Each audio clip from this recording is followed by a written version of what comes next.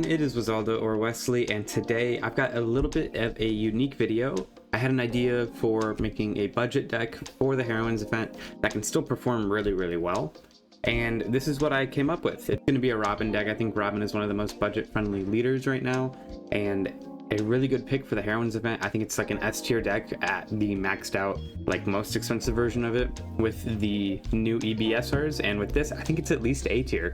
It's going to run you about 60 bucks if you're buying all of the cards, but if you just need some of the SRs, it'll probably run you like 20 bucks at most. And you should be able to scrape together everything else pretty easily because it's what most people consider bulk at this point. So if you don't know, what Robin does is the leader has Banish, and what that does is makes it so whenever your opponent takes a life card, instead of getting to activate the trigger or add it to their hand, they just put it to the trash right away. And you do get to know what the life card is. Sometimes people aren't really clear about it, but you should be conscious that you do get the life card information no matter what. But that's really strong because there's two really strong decks in the meta right now for Heroines that are yellow decks and that rely a lot on triggers, and that's going to be Nami and Boa. And so taking away that tempo they gain and the advantage they get from the triggers is really strong. And then also the one attacking effect of Robin lets you trash a card from your hand that has trigger and then ramp one rested Don. Really strong and a really solid way to get ahead of your opponent and just establish a lead. To start the deck list out, you're gonna run 2Ks, and I have them both at 2 right now just because it's kind of situational. Depending on what you think you might run into, one or the other might be better. I'm gonna run 2 Usohachi in my list and 2 Nico Olvia. Usohachi lets you rest a character with 5 cost or less as long as you have 8 or more Don, and Olvia gives your leader plus 3k. And Olvia is also searchable off of Lilith. Things to be conscious of: Usohachi is going to be generally better, but there are some matchups where Olvia is going to be really good, especially if you play it off of the 6 cost Robin trigger. So this is something that I will ask you, the viewer, what you think should be ran at. Honestly, I think 2 and 2 feels pretty good depending on how you play, and for my playstyle at least, it feels pretty good. So these are going to be 4 of the 11 2Ks in the deck. Really important to think about. Like I said, we're going to run Lilith, who lets you search out for trigger cards, one of Nico Robin's most important kind of searches in the deck. So really solid way to make the deck more consistent. After that, to round out the next 4 2Ks is Kumasi. Yes, this deck is running the trigger slot package, which is really strong just because the leader effect when attacking lets you put some of these thriller bark bodies into the trash to use off of the triggers. If you don't know what the trigger does, it lets you play a 4 or less thriller bark body out from your trash rested. After that, you're going to run 4 Absalom to search out and make the deck a little bit more consistent as well as giving you a body that kind of replenishes your hand when it gets KO'd. A really nice 3 cost 5k body, really solid card to play on your second turn. Generally, you are going to want to go first, so this is a good play if your opponent is looking to play a little bit more aggressive and you need something to clear the board with. After that, you're going to run Sindri, who is a blocker and very situational, but it does make the triggers of the deck a little bit more consistent, so you'll see them a little more often. Next up is Kikinojo. I think Kikinojo at 3 feels really good because it's not something you really want to rely on, but it is a really solid body to play off of Hogback, for example. On KO, Kikinojo lets you put a card from the top of your deck to your life cards as long as your opponent is at 3 or less life, and also has the trigger to play the card as long as your opponent is at 3 or less life as well. The 4 cost 6k, really solid body into this meta, especially because you only need to attach 1 Don to it to get to a 7k swing, and I do not believe there are any 6k leaders in the Heroines event. Next up, to finish off the 2Ks, is this Baby 5. It has a really solid trigger to draw 2 cards, in Robin at least, and is another solid body to play off of Hogback. To replace Kuma's, who would normally skyrocket the price of this deck, is Hiyori. Hiyori is a character that I haven't really thought about being a replacement for Kuma because it doesn't really provide the aggression that Kuma can,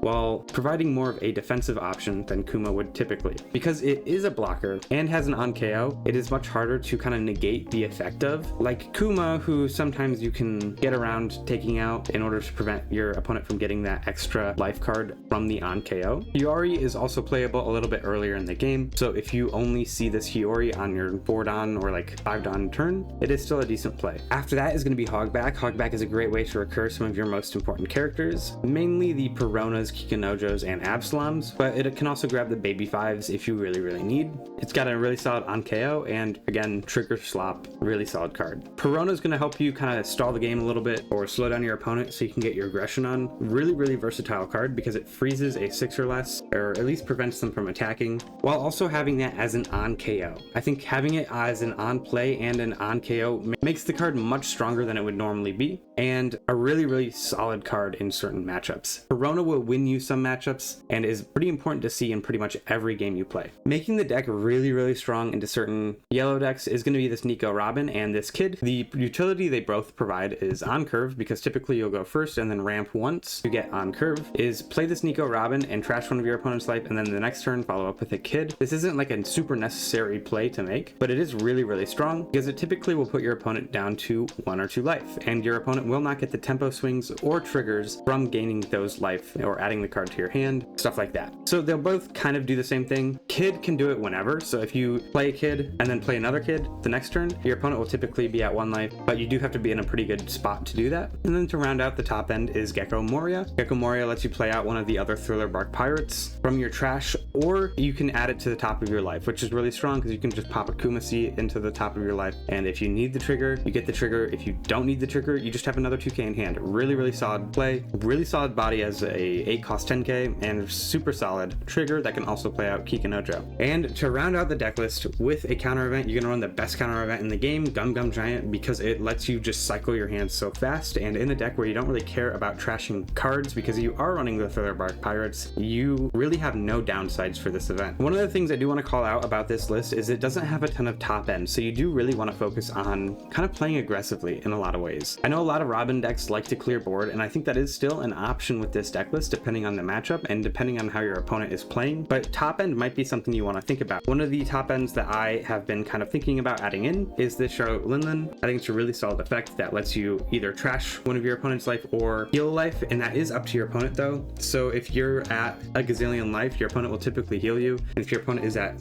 0 life, they'll typically take the life as well, because it is entirely up to your opponent. They can take a life card when they have 0 life, but it's a solid option if you want to add more top end in. Maybe swap out the Kid for it, maybe cut the Sindris because they're not super necessary. Let me know what you think. You could even cut Absalom down to 3, maybe pop one in. Another card that I think is really solid is the 8 cost Roger. I think Roger's a really solid body, and popping your leader up to a 7k and then swinging a 7k at your opponent will typically get you cards out of hand, and then the next turn you'll probably be able to go to for game just because you have a 10k swing as well on board now. Something to think about. Let me know what you think, but I do think this is the most affordable version of the deck list because the other 2 cards are going to run you a couple bucks each. I don't know what Roger's at currently, but I still assume it's kind of expensive. But yeah, this deck list, I think if you just focus on the 2 SRs, should be pretty easy to get. You might have all of these cards in bulk already. You might even be able to just ask your friends or people at your locals to pick them up and get them at a really nice discounted price. I think you could probably build this deck from scratch for $40 pretty easily. I think it's under $60 at the cheapest, but I think $60 is right about where it sits if you include like shipping and the fact that the cheapest printies of like this Robin, for example, are going to be kind of hard to come by. Anyways, if you're just here for the list, thank you for watching. This is the end of the list description, and I will be doing a little bit more on how to play if you stay tuned. But if you are just here for the list, thank you for watching. I hope you enjoyed it. If you did, please give the video a like. If you want to support me in the long term, please consider subscribing. Anyways, I'm going to go do some gameplay and kind of explain how it plays now. All right, we are playing into a Nami. Nami does typically like to go second, I believe, which is pretty advantageous for Robin. Yeah.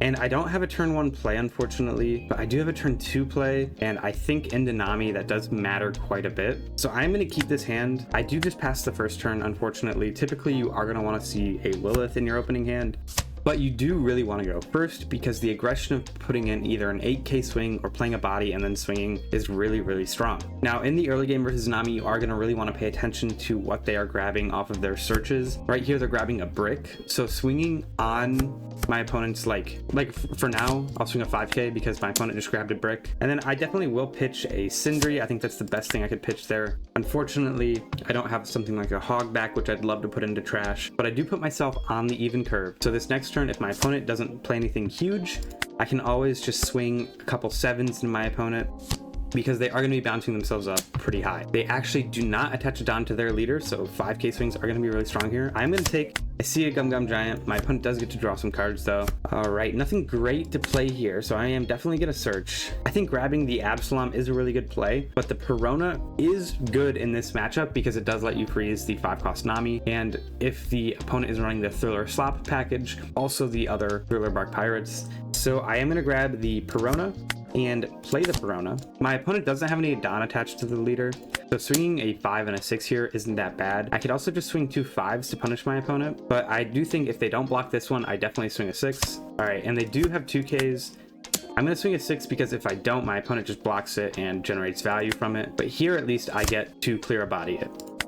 All right, next turn, I'm definitely going to burn a life with Kid. And then I think I just kind of swing with my leader and kind of ignore everything else. All right, and they did play the Nami, so hopefully getting that Perona and Trash here is a priority. I do want to counter out of this one just because I am at 2 life. That is pretty low. Here, I can safely just trash one of my opponent's life. I do have to be conscious of the fact that they do have 2 swings, and that is something I have to worry about. Next turn, I definitely play the Hiyori so I can stay healthy, but right now I have a Hogback and Trash, so I don't really have to worry about taking a life and not seeing any value from it. My opponent does have a ton of cards in hand and a pretty decent amount of life. We know they have the Robin, which they probably play this turn. Robin is something that this deck struggles into, and they're going to red rock my 2 Thriller Bark Pirates. That is really unfortunate. I counter out of one of these with the Olvia. I think Olvia is a little less useful in this matchup than the Usohachi, so that is the first one I'm going to counter with. Here I am also going to counter out of this one just because next turn they could throw some really big swings at me, and that is something I have to be worried about. Now here I do draw into a Gecko Moria, which is a really solid body. Hiyori does let me heal, but Gecko Moria also lets me develop a body and heal, so I am going to do that and pop a Kumasi into life. Like I said earlier, really solid way to either get a 2K in hand or just clear my, or play out like the Hogback, for example, here. I think here I want to swing into the Nami in order to prevent my opponent from getting too much value. I should have done that first, so instead I'm just going to swing a 7 at my opponent. Not going to trash anything. I probably should have swung a 6 because I do have a Gum Gum Giant in hand. This is a little risky, but I assume I get a 2K kind of buff from my opponent. Yeah, and then I get to swing a 9. They do have probably another Nami in hand. That is why I don't grab the Nami here. So they would take that Kumasi out of my life. Here, it is really hard to decide what to trash. I think the Giant is going to be really rough to trash. The Hiyori is really rough to trash. Kumasi feels rough to trash a 2K, but at least I get to get the value from the Hiyori on a future turn, probably next turn. All right, and they do trash that life. Here, I think I have to fall down to 0, which is really scary. So as long as I can keep this Hiyori on the field and they don't like Red Rocket or something, I should be pretty good. I'm gonna take this first hit. I'll use the trigger and play out a Hogback. Then they'll probably swing a 7 into me. I can't do anything about it, unfortunately, and I do fall down to 0. I don't believe I have anything good in trash to play off of this, so I'm gonna say no trigger. Now this next turn, I can either play a Hiyori and keep Gum Gum Giant up, or I can think about playing the Moria and freezing my opponent's Nami. I think the Hiyori is gonna be the best bet, but they do have removal, so I do have to be worried about that. I'm going to start by swinging into the Kid and trying to clear that, get some cards out of hand. I think that is the best play. See what I see out of my opponent's hand. Say they get rid of their, like, I don't know what they could get rid of that would convince me to play the Gecko. I can swing comfortably 2K over with this Moria here by attaching a Don. That is something I need to think about doing because it does still leave me with a Don up if I play this Gecko Moria. All right, they're falling really low on cards in hand to protect this, so I think I am fine to play the Moria. I think I start with a 5K swing at my opponent, and I will not trash anything here. See what they pitch. I do really need to start generating some value and taxing my opponent's hand. That is the way I win this. All right, they trash a Flame Split, which tells me that they don't have a way to rest my Hiyori anymore, but I do still have to be a little bit scared. I think I'm gonna just play the Gecko and play it safe. So swinging into this Nami does feel really good. I'm gonna risk it. If I lose it, this is why. So I can attach 4 to Lilith and swing at the Nami, or like 4 to Hogback and get a card out of hand. I think it's better to just swing at the Kid, get some cards out of hand. I don't want to give my opponent some value from the triggers, and here I should be pretty safe. I'm going to trash the Gecko here. Verona can generate some value by freezing the Nami, and okay, they're unblockable, so unfortunately I have to counter a ton here in order to survive. Oh, my opponent is not at 1 life, so they do not get the value from that. That is really rough from them. It was a really good idea not to swing at life. If they do swing this 5 into me, they do get to bounce the Hiyori back to my hand. I'm going to start with a Gum Gum Giant, I believe is the right play here. Giant, return to Don, trash a Perona, and then counter out with a Lilith. And then I believe I can survive the next 8K swing with the 2 2Ks I have. And let's hope I have game here. I mean, I can play the Hiyori, but I don't want to risk not having game. So I'll start with a 5k swing with the Lilith, get one card on my opponent's hand, and then I have to connect 1, 2, 3 swings out of here. My opponent doesn't have any Dawn up. This could be a 2k. I will give them the Hogback first because I can always, okay, so I know that they didn't have enough counter there and they still do not. So I'm going to just swing a 9 here. I think is the safest thing. I may as well. And then I can just do 2 10s and I win. Yep. They disconnected. A little bit of an unfortunate misplay by them, but it was a really good idea not to put them down and attack into life there. I shouldn't have won that technically, but I did. You can see how strong the deck is. I think playing the Gecko was probably the safer bet there, but I still got to generate a ton of value by making them bounce this Hiyori back. I think I might have been able to survive if they had to have like played another card or something in order to try and go for game.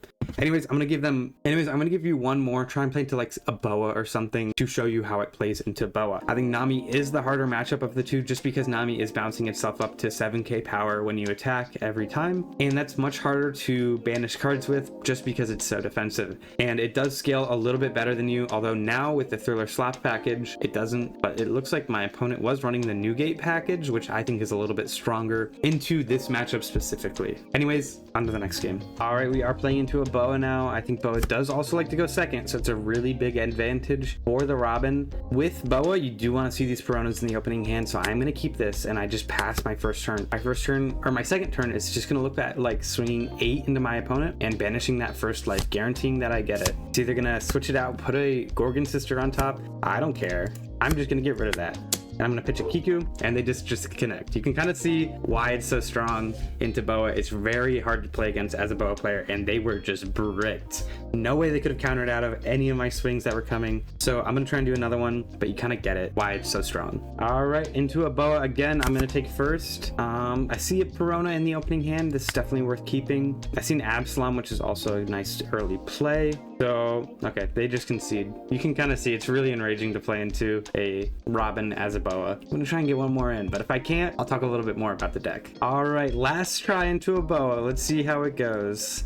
All right, they're going second. I see a turn 1 play and a Perona. This is a keep every time. I'm gonna hopefully search into something I can maybe pitch or a 2k counter. I'm a little bit low on 2k in hand right now, and I don't think I'm gonna need the other Nico Robin. So definitely grab this Kumasi, and then I just pass.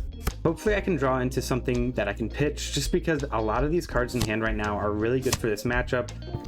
I'm gonna just swing 8 and clear that Gorgon Sister, like I said. And then I just pitch. I'm going to pitch the Gecko Moria here. I don't think that's the greatest play, but it's not going to be played anytime soon, and this lets me get on curve. Next turn, I just swing with the Robin again after trashing a life. It's going to be so strong. My opponent's going to be at 2 life, and they have to counter out of a 5k swing. Just disgusting, disgusting plays. I do think I have to start taking a hit, though. I might have to counter out with this Perona. Something might have to happen. They can try and Hiyori again, but I do have this Robin. They do search into a Gorgon Sisters, and they're just gonna swing huge at me.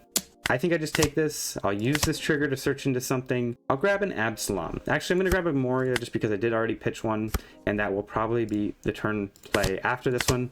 Trash one of my opponent's life, swing a 5, not going to ramp anymore just because I'm on an even curve and I have a play for next turn, even if it would be nice to swing a 6 into my opponent next turn and put a little more pressure on. It math-wise doesn't really matter, just because we do know they have a Gorgon Sister in hand. They do really need to counter out of this just because they are fallen pretty low at this point. It's only turn 3 for me and they are at 2 life, and they haven't had the tempo advantage or trigger advantage from either of those life. All right, they're going to counter out with the 2k. That tells me a lot, and that I need to start swinging 7s and 5s just because it is very advantageous for me to get multiple cards out of hand, especially when my opponent is over countering. That generates a ton of value for me. All right, maybe I should have kept and grabbed that Robin because they do heal here. Although I can just trash this Perona to counter out of this. They don't have any way to protect their board. Not that they have anything on board, unfortunately, but I think I'm just gonna heal up here. Gonna put this Perona into life. Actually, I think I'm gonna put it into life. Unfortunately, I don't get a lot of value from that, but it does let me stall the game out a little bit. I'm just gonna swing a 5 into my opponent. Not gonna ramp here. Get a 2k from my opponent, and then I can just choose not to swing with my Robin. And because I know they only have 2Ks, I just don't swing with my Robin. Don't give them that value. Don't give them the chance to get another trigger. Hopefully I can see another Thriller Bark Pirate my next turn, depending on what my opponent does. But I think I do have to just take this Piranha, and it is going to go to hand, which means I can play it. They do Grav Blade my Robin, which isn't really too good for them. I am going to counter with the Kumasi here, pop that in trash. And then I do have to take this one. I'm not going to use the trigger just because it would be to play out a Kumasi. I'm going to start with a search here, and I do search into a Kikinojo, which I think is going to be pretty helpful here. A Robin would have been a little bit nicer, but I can go Perona, freeze the Kuma, and then a Kikinojo, and then I can swing a 5 at my opponent. Hopefully get a life card here. I mean, they have 3 cards in hand.